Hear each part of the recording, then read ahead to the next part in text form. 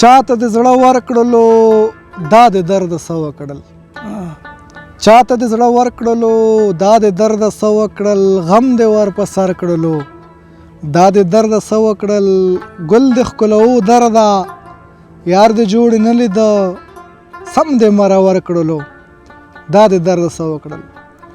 سلامونه او نیکې هیلې د خیال نړۍ ادبي خپرونې مینوالو. نن راسره په خپرونه کې خوږ ژبې شاعر محب الله درد صاحب مېلمه دی. د درد صاحب نه به ښایسته کلامونه اورو او یوه لنډه مرکه به تاسو ته وړاندې کړو، پوښتنې به هم ترې وکړو.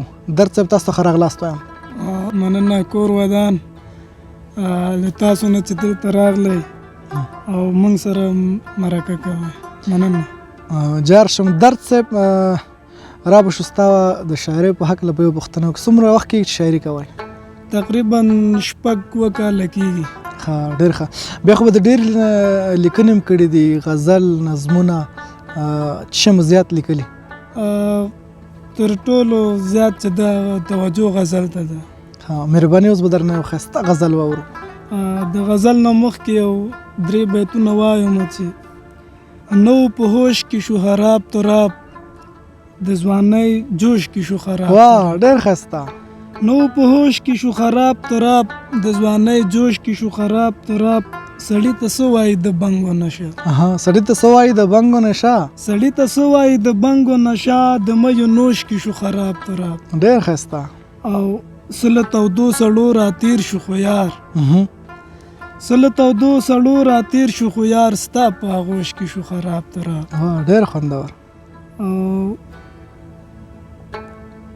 غزل ده چې په هر مانزه په هر دعا غوښته په هر مانزه په هر دعا غوښته په هر مانزه په هر دعا غوښته ما چې څه غوښته خدای نه تا غوښته. واه، ډېر ښایسته. په هر مانزه په هر دعا غوښته ما چې څه غوښته خدای نه تا غوښته. پاچا غربت دومره بد شی دی چې پاچا غربت دومره بد شی دی چې آن پیغمبر هم ترې پناه غوښته. واه، څومره خوندور، څومره خوندور.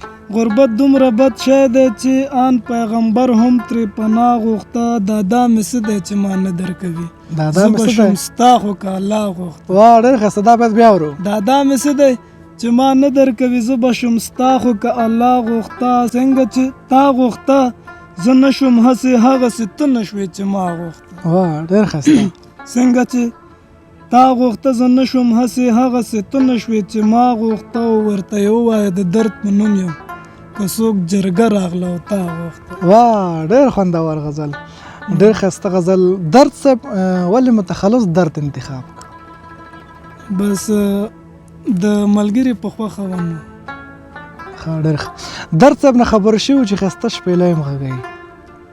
ولاو کله کله مخکې م غږوه خو اوس نو د نږدې وختونو کې انشاءالله بله مرکه کې به د درد صاحب نه شپېلی اورو. درد صاحب محترم بل غزل درنه اورو.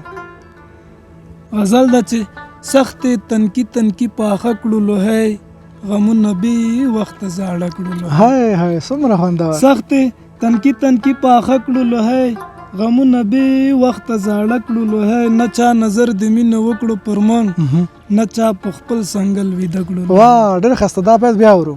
نه چا نظر د مینه وکړو پر موږ نه چا په خپل سنګل ویده کړو لوهی. زما غربت در نظر خی خو زما غربت در نظر خی خو زما غربت در نظر خی خو پی د په خوند د ځوانۍ نه کړو لوهی. او منګه اوس هم هغوی ته لاس ورکړي کومو چې داسې تاله کړو لوهی. واه، ډېر خوندور. منګه اوس هم هغوی ته لاس ورکړي کومو چې داسې تاله کړو لوهی. بلا دې واخلم مننه درده بلا دې واخلم مننه درده پو دې په خوند د ژوندانه کړو لوهی. ډېر خوندور. خوند د ژوندانه کړو لوهی. ډېر ښایسته خوندور غزلونه.